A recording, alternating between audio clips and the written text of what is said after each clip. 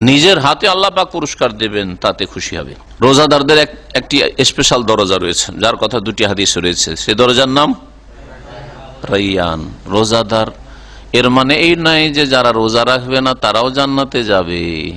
এটা কি মানে কেউ এরকম মানে শয়তান আবার মগজে ঢুকাইতে পারে যে এর অর্থ যে রোজা না রাখলেও জান্নাতে যাওয়া যাবে, তো নামাজের গেট দিয়ে অন্য গেট দিয়ে ঢুকবো, হ্যাঁ, বা ভিআইপি গেট দিয়ে ঢুকতে পাবো না কিন্তু অন্য গেট দিয়ে ঢুকতে পাবো, তাই না? না, এই হাদিসগুলোর অর্থ হচ্ছে যারা ফরজ রোজার সাথে সাথে বেশি বেশি নফল রোজা রাখে। স্পেশাল ভিআইপি গেট রোজাদারদের জন্য, অর্থাৎ ফরজের সাথে সারা বছর যে সুন্নত, যেমন 6 রোজা রয়েছে, আরাফা রোজা রয়েছে, মুহররমের রোজা রয়েছে, আরো বেশ কিছু নফল রোজা রয়েছে, এগুলি যারা রাখবে এই জন্য ভিআইপি গেট। আর একটা অর্থ বলা যেতে পারে যে আল্লাহ পাক রব্বুল আলামিন যদি কিছু রোজাতে ঘাটতি ছিল, অনেকে আছেন যে রোজা হয়তো 15 বছর থেকে ফরজ হয়েছে, 14 বছর 15 বছরে ফরজ হয়েছে, রোজা রাখেনি, সাবালক 5 বছর 10 বছর রোজা রাখেন, তার রোজাতে ঘাটতি আছে, তওবা করেছেন, আল্লাহ পাক রব্বুল আলামিন মাফ করে দিয়েছেন, হয়তো ওই রাইয়ান গেট পাবেন না, কারণ রোজাতে আপনার ফরজ রোজাতেও বেশ 5 বছর 10 বছর ঘাটতি আছে, এই গেট পাবেন না।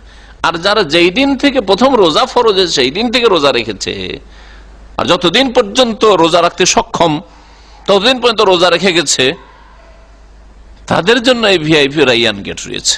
আর এটা কখনো অর্থ নয় যে সারা জীবনটা রোজা রাখলো না, আরে না খেয়ে আমি থাকতে পারি না, না খেয়ে থাকতে পারি, রোজা রাখলো না আর নামাজ দিয়ে আর হজ দিয়ে আর যাকাত দিয়ে জান্নাতে চলে যাবে, না, কখনো না। ইসলামের একটি গুরুত্বপূর্ণ স্তম্ভ, সুতরাং সেটা ছেড়ে দিয়ে অথবা হজ ছেড়ে দিয়ে বলবে যে জান্নাতে যাব, এই আশা করা কোনো মানুষের উচিত হবে না। তবে আল্লাহ পাকের আযাব পেয়ে, শাস্তি পেয়ে, জাহান্নামে জ্বলে জ্বলে তারপরে ফিরে আসবে, যদি তাওহীদ ঠিক থাকে আর নামাজ ঠিক থাকে, সেটা ভিন্ন বিষয়।